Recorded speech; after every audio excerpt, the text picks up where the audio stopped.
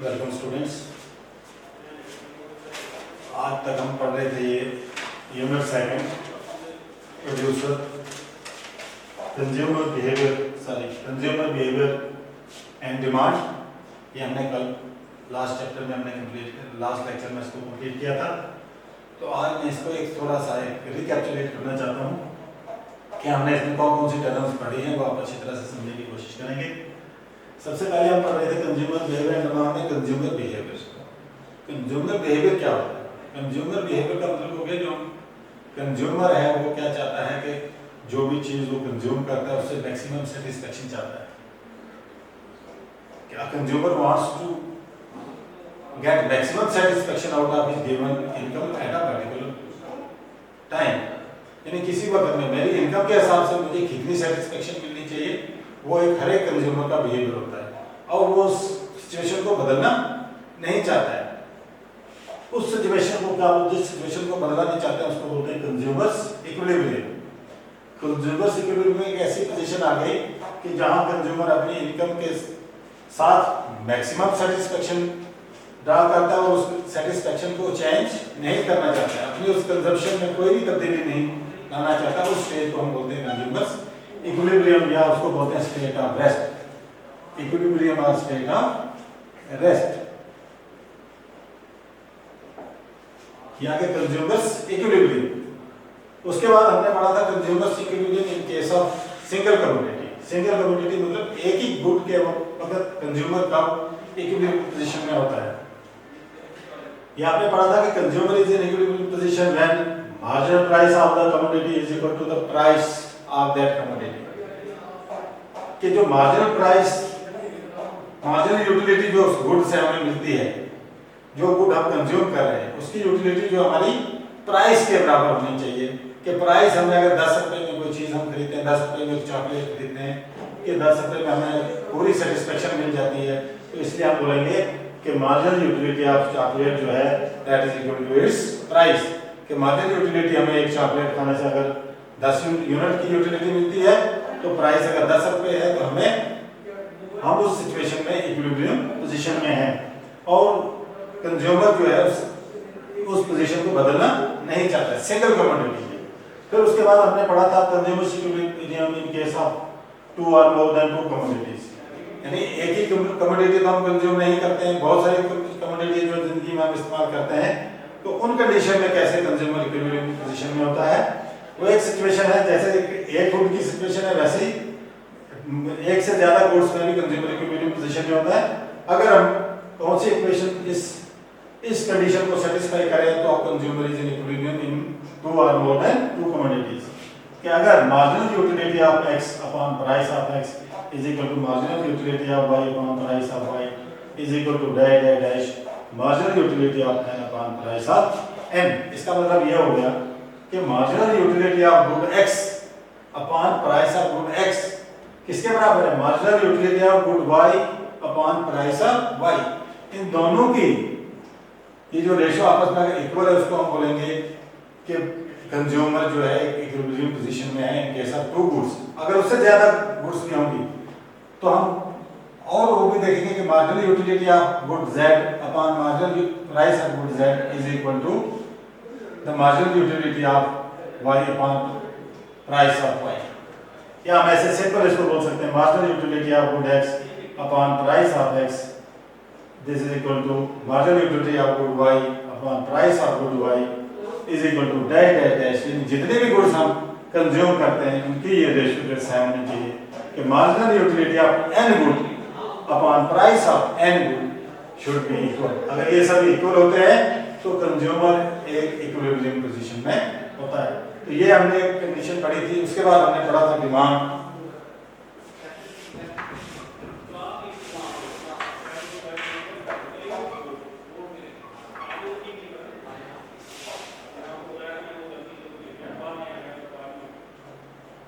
उसके बाद हमने पढ़ा था डिमांड। डिमांड होता है कि किसी गुड की कितनी डिमांड की जाती है, कि the quantity of a good demanded at particular price and particular time. तो डिमांड के लिए हमने कहा था कि 2 3 4 चीजें जरूरी है। Desire for the commodity, desire of commodity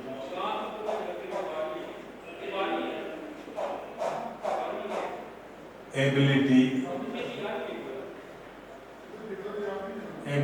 to pay, desire for the commodity ability to pay, and third आ गया desire of the commodity ability to pay,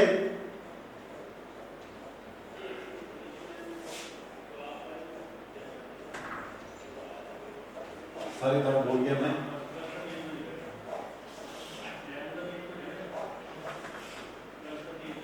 Dzire of the community ability to pay, in short मैं आपसे ये कह रहा हूँ quantity demanded जो है उसके लिए हमें कोई डिजायर भी चाहिए, एबिलिटी भी चाहिए, तो हमारे पास उसको पैसे देने के लिए उतनी ताकत भी चाहिए कि उसको खरीदना नहीं चाहते हैं हम। डिमांड,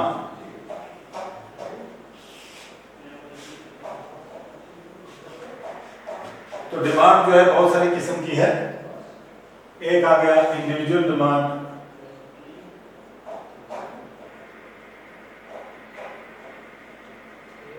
इंडिविजुअल डिमांड हमने पढ़ा था, फिर हमने मार्केट डिमांड पढ़ा। इंडिविजुअल डिमांड हो गया तो quantity demanded by an individual person और individual household, that is called individual demand. Market demand हो गया the total quantity demanded by the whole consumers buyers of the market, वो आ गया मार्केट डिमांड। इसी तरह से हमने पढ़ा था इंडिविजुअल शेड्यूल। इंडिविजुअल शेड्यूल हो गया, अगर हम इंडिविजुअल डिमांड को एक टेबल में प्रेजेंट करते हैं तो इंडिविजुअल शेड्यूल बन गया। अब इसी तरह से अगर मार्केट डिमांड को हम एक टेबल में प्रेजेंट करेंगे तो मार्केट शेड्यूल बन जाएगा। उसके बाद आता है individual demand curve. Demand curve, हमने डिमांड कर्व पढ़ा, फिर हमने इंडिविजुअल डिमांड कर्व पढ़ा, फिर हमने मार्केट डिमांड कर्व पढ़ा। डिमांड कर्व मैंने आपको कहा था कि हमेशा प्राइस और क्वांटिटी डिमांड इनवर्सली रिलेटेड है, तो demand curve is always downward sloping, कि नीचे की तरफ स्लोप होती है डिमांड कर्व। इसी तरह से इंडिविजुअल डिमांड कर्व हो गया कि अगर एक इंडिविजुअल टेबल को हम एक ग्राफिकली प्रेजेंट करते हैं या ग्राफिकली शो करते हैं उसको बोलेंगे इंडिविजुअल डिमांड कर्व। अगर मार्केट डिमांड शेड्यूल को अगर हम एक ग्राफ में प्रेजेंट करते हैं तो उसको बोलते हैं मार्केट डिमांड कर्व। उसके बाद हमने पढ़ा था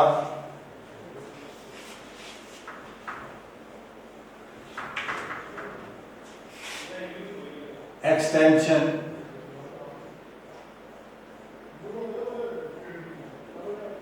oblique expansion of demand curve।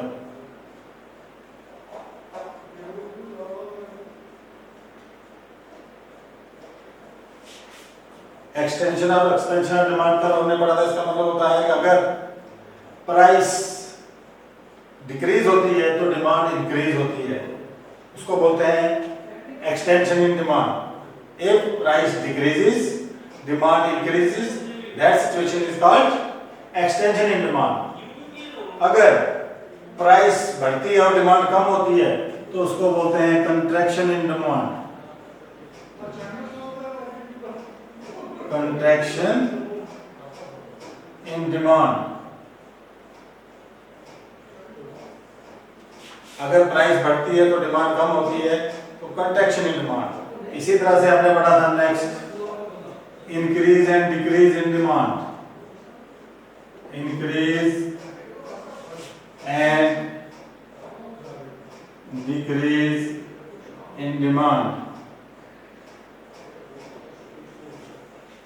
Increase in demand, increase in demand का मतलब क्या है, डिमांड बढ़ती है not due to the factor of के प्राइस कम हो रही है, लेकिन due to some other reasons, कुछ और रीजन की वजह से अगर डिमांड बढ़ती है तो उसको बोलते हैं increase in demand.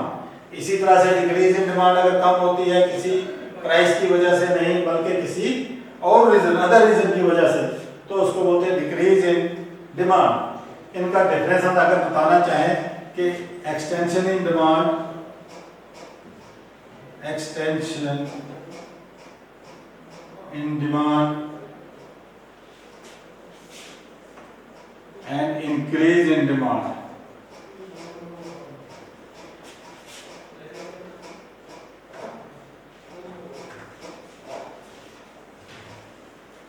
Extension demand आ गया, demand increases due to fall in price, due to fall in price. Increase in demand होता है, increase in demand not due to fall in price but due to some other reasons.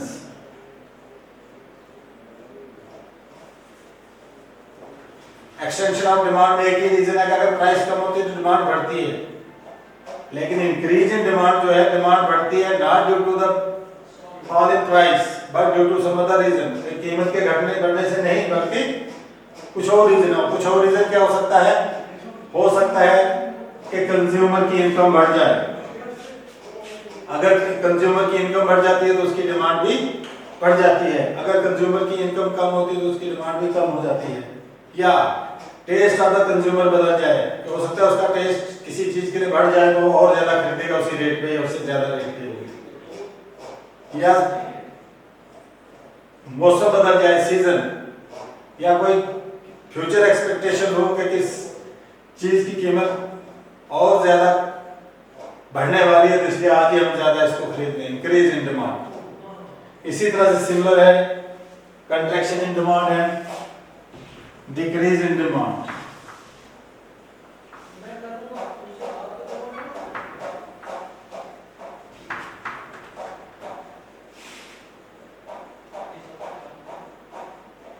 Contraction in demand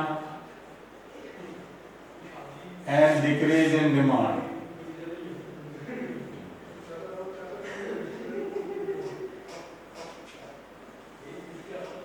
Contraction in demand is due to increase in price.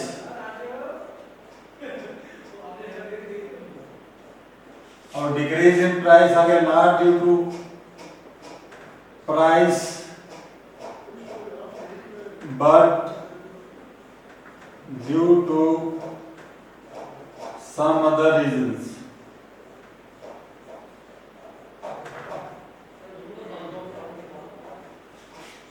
Same difference, अगर price यहाँ ज्यादा हो जाती है तो demand कम हो जाती है, अगर प्राइस कम होती है तो डिमांड बढ़ जाती है, वो एक्सटेंशन इन डिमांड था। लेकिन डिक्रीज इन डिमांड में डिमांड कम हो जाती है या डिमांड सेम रहती है, अगर प्राइस कम भी हो जाए, अगर प्राइस में कोई चेंजिंग ना आए, प्राइस में कोई तब्दीली नहीं लेकिन डिमांड में तब्दीली आ जाएगी। हो सकता है कंज्यूमर की इनकम जो है कम हो जाती है, हो सकता है कंज्यूमर का टेस्ट उस तरफ कम हो जाए। अगर कोई एक आदमी दिन में 10 कप चाय पीता है, हो सकता है वो सेहत खराब होने से आगे वो चाय पीने बंद कर दे, कुछ ना पिए, उसकी डिमांड कम हो जाएगी, यानी चाय के लिए उसकी डिमांड कम हो जाएगी।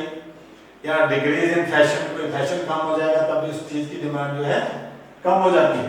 तो इसके बाद हमने पढ़ा था price elasticity of demand. Demand को तो हम बोल रहे हैं कि प्राइस अगर बढ़ेगी तो डिमांड कम होगी, अगर प्राइस कम होगी तो डिमांड बढ़ेगी, लेकिन किस डिग्री से, किस रेट से ये कम घटती बढ़ती है, उस डिग्री या उस रिस्पॉन्सिवनेस को, उस चेंज को नापने के लिए हमारे पास एक डिफरेंट मेथड है जिसको बोलते हैं प्राइस इलास्टिसिटी ऑफ डिमांड।